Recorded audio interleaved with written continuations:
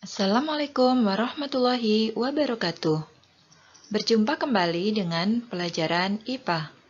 Sebelum mulai belajar, silahkan berdoa terlebih dahulu. Berdoa selesai. Masih pada materi gerak benda, pada pertemuan yang lalu, kalian sudah belajar tentang materi gaya dan hukum 1 Newton. Nah, pada pertemuan keempat ini, kita akan lanjutkan pada materi hukum 2 dan 3 Newton. Ikuti pelajaran dengan baik. Hukum 2 Newton. Untuk memahami konsep hukum 2 Newton, perhatikan ilustrasi di bawah ini.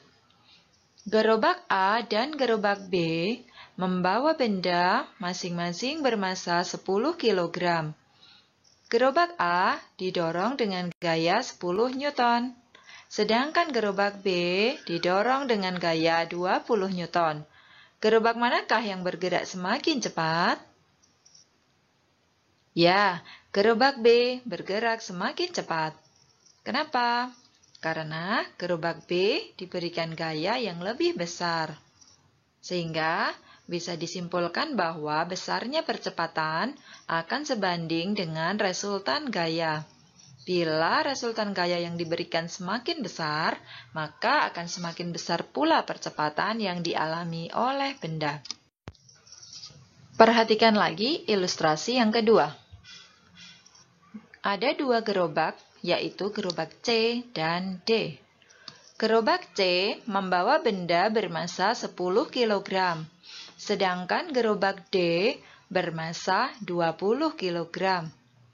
Didorong dengan gaya yang sama, yaitu 20 Newton. Gerobak manakah yang bergerak semakin cepat? Ya, gerobak C bergerak semakin cepat. Kenapa?